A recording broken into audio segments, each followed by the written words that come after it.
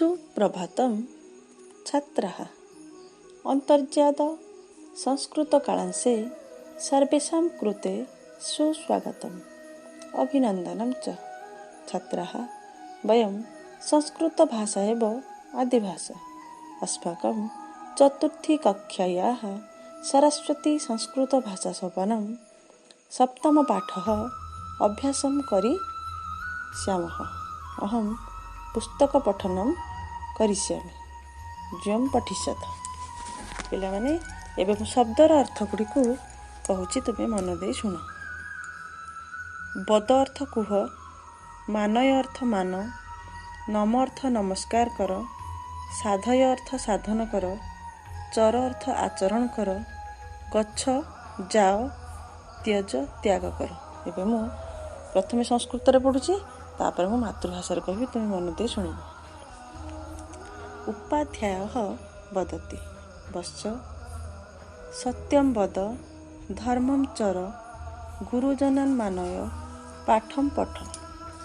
गुरुजी कहउछन्ति, हे पुओ सत कथा कुह, धर्म आचरण कर, गुरुजन मानकु मान, पाठ पढ़।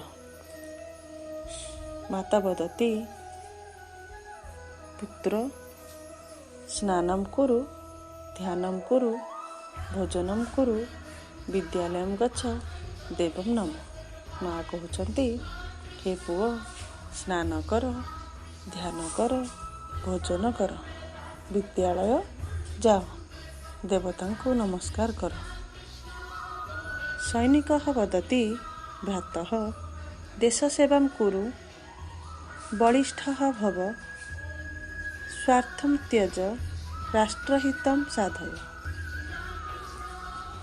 सैनिक कहउछन्ति, हे भाई देश सेवा कर, बलवान हुओ, स्वार्थ त्याग कर, राष्ट्रहित साधन कर।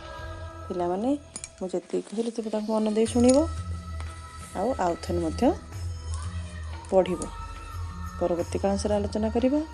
धन्यवाद।